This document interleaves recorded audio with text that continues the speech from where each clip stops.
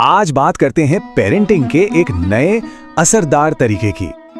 अक्सर लगता है कि सख्ती जरूरी है, पर क्या ये वाकई काम करती है? तो सवाल ये है, अगर मार डांट नहीं तो फिर क्या? जवाब कंट्रोल करने में नहीं, समझने में है। सबसे पहले तो ये समझना होगा कि बच्चों का गुस्सा होना एकदम नॉर्मल है। 91% तक बच्चे टेंट्रम्स दिखाते हैं। असल में बच्चों का दिमाग तो अभी बन ही रहा होता है। इमोशंस बड़े होते हैं पर उन्हें संभालने का तरीका नहीं आता। और पेरेंटिंग के पुराने तरीके अक्सर बच्चों की फीलिंग्स को या तो इग्नोर करते हैं या उन्हें गलत ठहराते हैं। इससे बच्चे सीखते हैं कि उनकी भावनाएं ही गलत हैं और फिर वो खुद को कंट्रोल नहीं कर पाते।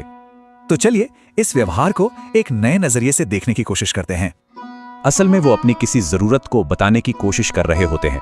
हर बर्ताव एक तरह की बातचीत ही है। ये समझना बहुत जरूरी है, उनका गलत बर्ताव असल में उनकी किसी जरूरत का इशारा है, ना कि जिद। इसलिए सुधार से पहले बच्चे से कनेक्शन बनाना ज्यादा जरूरी है। और कनेक्शन बनाने का एक बहुत पावरफुल तरीका है इमोशन कोचिंग। इसका पहला कदम है वैलिडेशन, यानी उनकी भावनाओं को समझना। ये कोट इसके असर को बखूबी बताता है। लेकिन याद रहे, वैलिडेशन का मतलब एग्रीमेंट नहीं है। इसका मतलब है कि हम बस समझ रहे हैं। मतलब ये कहना कि मुझे दिख रहा है कि तुम गुस्से में हो, ना कि गुस्से में मारना ठीक है। तो इमोशन कोचिंग के 5 आसान से स्टेप्स हैं। आइए एक एक करके देखते हैं। पहला, इमोशन को पहचानिए, और दूसरा, इसे सिखाने का एक मौका समझिए। तीसरा स्टेप है ध्यान से उनकी बात सुनना और उनकी फीलिंग्स को अहमियत देना।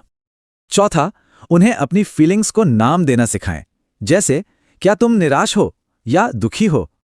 पता है, ये स्किल लाइफ टाइम गिफ्ट है। इससे बिहेवियर प्रॉब्लम्स कम होती हैं और बच्चे मजबूत बनते हैं। और 5वां स्टेप, कनेक्शन के बाद लिमिट सेट करें और मिलकर प्रॉब्लम सॉल्व करें।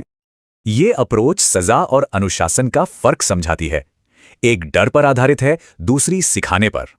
सीधा सा फर्क है, सजा बर्ताव को सिर्फ रोकती है, जबकि अनुशासन एक नई स्किल सिखाता है। तो सोचिए, अगर हर मुश्किल को कंट्रोल करने का नहीं बल्कि सिखाने का मौका समझा जाए तो